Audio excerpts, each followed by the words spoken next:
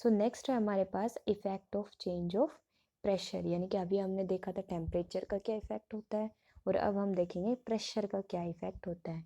तो अगर हम प्रेशर अप्लाई कर रहे हैं किसी भी, मतलब प्रेशर किसके ऊपर अप्लाई किया जाता है, गैसेस के ऊपर। गैसेस को अगर हमें लिक्विड स्टेट में कन्वर्ट करना है, यानी कि उनको लिक्विड्स में कन्वर्ट करना है, तो हम क्या करते हैं, उसके ऊपर प्रेशर अप्लाई करते हैं और टेम्परेचर को रिड्यूस करते हैं। क्योंकि टेम्परेचर अगर इंक्रीज करेंगे तो वो मतलब जो लिक्विड है वो गैसेस में चेंज हो जाता है, वो वाटर वेपर्स बन के चेंज हो जाते हैं। सो यहाँ पे हम क्या कर रहे हैं, उसके ऊपर प्रेशर अप्लाई कर रहे हैं और टेम्परेचर को रिड्यूस कर रहे हैं। सो हम क्या कह सकते हैं कि प्रेशर और टेम्परेचर जो है वो किसी भी सब्सटेंस के स्टेट को डिफाइन करते हैं कि वो सॉलिड है, लिक्विड है या फिर गैशियस है, या सॉलिड, लिक्विड, गैशियस कौन सा होगा, कौन सी स्टेट होगी। तो ये जो 3 स्टेट्स हैं मैटर की, इन ये कैसे एक दूसरे में कन्वर्ट हो रही हैं, तो उसके लिए हमारे पास कुछ प्रोसेसेस हैं। सो फर्स्ट हमारे पास सॉलिड जो है वो लिक्विड में चेंज हो रहा है, तो हमारे पास कौन सी प्रोसेस थी, फ्यूजन, जिसमें हम टेम्परेचर क्या कर रहे थे, इंक्रीज कर रहे थे, टेम्परेचर दे रहे थे। नेक्स्ट हमारे पास है लिक्विड से गैस, तो लिक्विड से गैस में कन्वर्ट करने के लिए कौन सी प्रोसेस थी, वेपराइजेशन। ये यहाँ पे वेपराइजेशन आएगा लिक्विड से गैस को चेंज करने के लिए। सो अगर हमें गैस से लिक्विड में चेंज करना हो तो हमारे पास आता है कंडेंसेशन, और अगर हमें लिक्विड से सॉलिड में चेंज करना हो तो आता है सॉलिडिफिकेशन, जहाँ पे हम इन केस में प्रेशर अप्लाई कर रहे हैं और टेम्परेचर को डिक्रीज कर रहे हैं। लेकिन अगर हमें सॉलिड से गैस में या फिर गैस से सॉलिड में स्टेट्स चेंज करनी है तो हमारे पास एक प्रोसेस होती है सब्लिमेशन। ये दोनों के लिए एप्लीकेबल है, चाहे सॉलिड से गैसेस में चेंज करना हो या गैसेस से सॉलिड में चेंज करना हो। सो हमारे पास आता है इवेपोरेशन।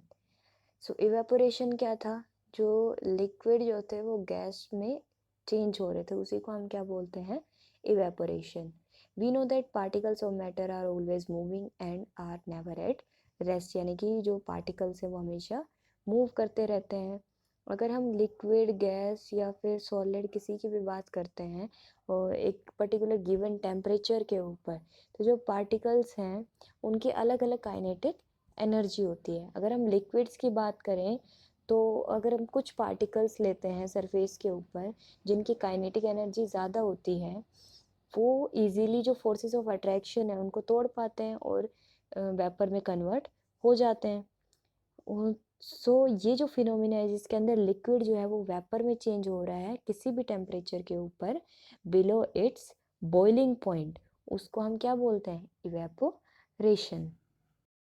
सो फैक्टर्स क्या क्या अफेक्ट करते हैं इवेपोरेशन को।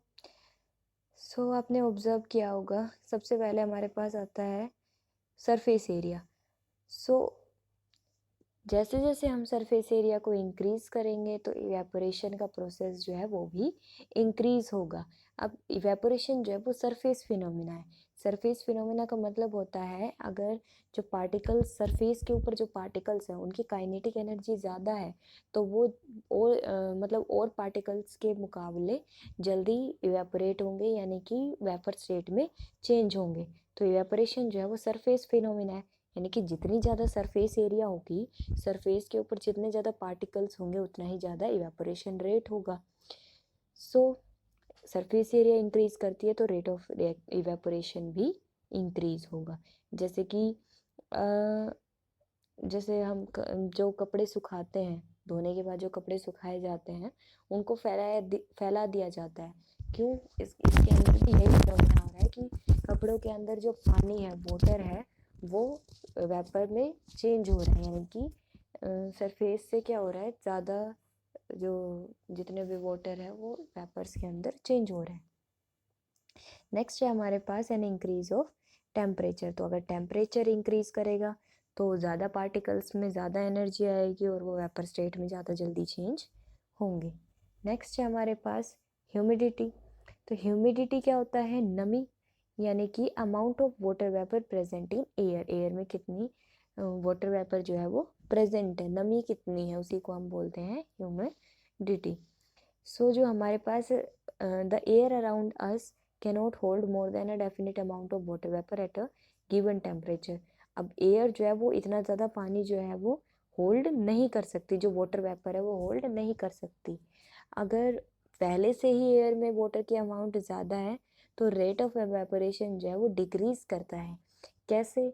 जैसे कि सर्दियों में क्या रहता है, धूप कम रहती है और ये ओस वगैरह जब ज़्यादा हो, रेनी सीज़न हो, यानी कि वाटर की अमाउंट एयर के अंदर एयर में ज़्यादा हो तो वहाँ पे क्या होता है, इवापोरेशन का रेट कम हो जाता है। नेक्स्ट है हमारे पास इंक्रीज इन विंड स्पीड। तो अगर हवा ज़्यादा जल्दी चलेगी, ज़्यादा तेज़ चलेगी तो इवापोरेशन रेट भी ज़्यादा होगा।